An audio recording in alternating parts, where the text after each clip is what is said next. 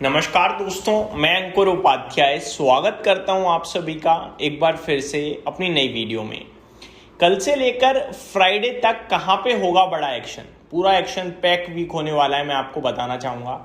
सबसे पहले मैं आपको फिंगर टिप्स पे बताना चाहूँगा कुछ इंपॉर्टेंट चीज़ें। पहली बात, प्रेसिडेंट ट्रंप एक्शन में रहेंगे डील को लेकर।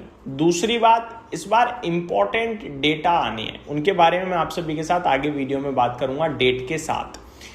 तीसरी बात जो इंपॉर्टेंट है, एमएससीआई इंडेक्स की रीबैलेंसिंग हो चुकी है।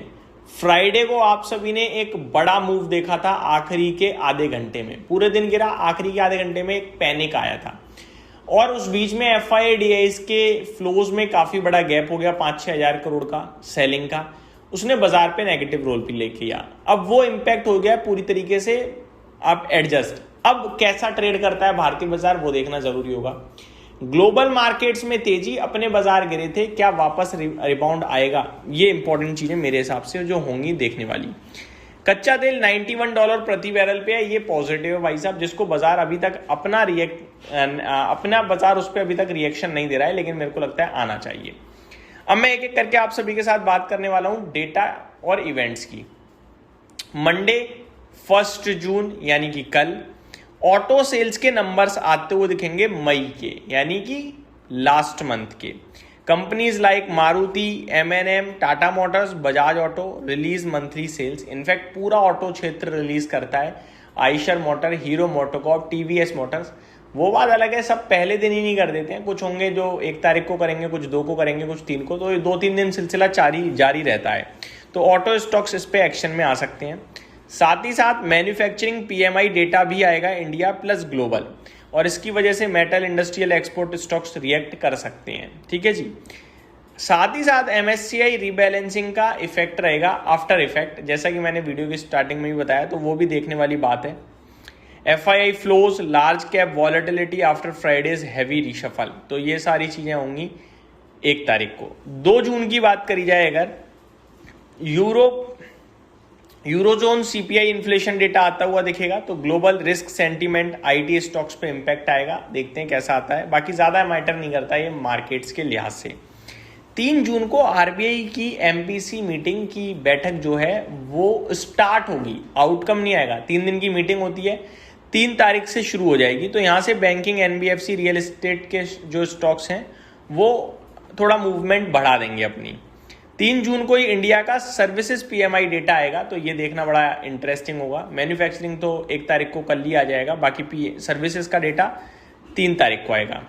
4 जून को आरबीआई पॉलिसी की एक्सपेक्टेशंस पीक पे होंगी, क्योंकि 3 दिन की बैठक होती है, 3 को शुरू, 4 को पीक कर जाएंगी एक्सपेक्टेशन की क्या हो सकता है। 5 को आउटकम आ जाएगा। 5 को आरबीआई रेपो रेट डिसीजन आएगा सुबह 10 बजे, तो 5 तारीख को ये सबसे इंपॉर्टेंट होने वाला है पूरे भारतीय बाजार के लिए, जिसमें bank Nifty, PSU banks, NBFC काफी वॉलेटाइल हो जाएंगे।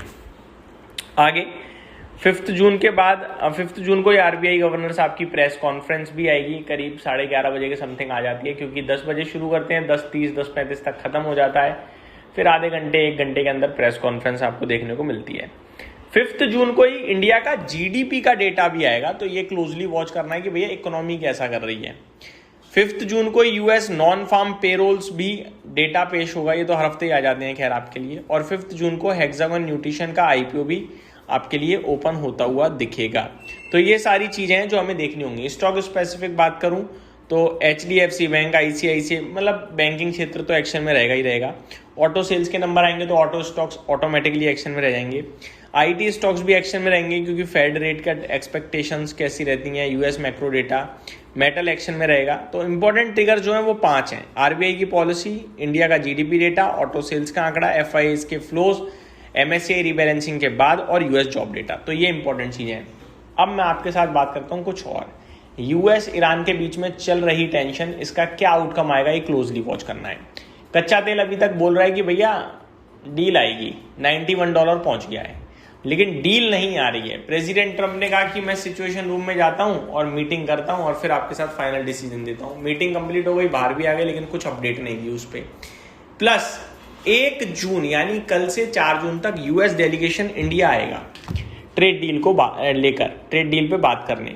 सर्जियो गौर जो यूएस के एम्बेसडर हैं वो कह रहे हैं कि 99% चीज़ों पे नेगोशिएशन हो चुका है, 1% रह गया है, तो कुछ ही हफ्तों में महीनों में डील आनी चाहिए, डील साइन हो जाएगी।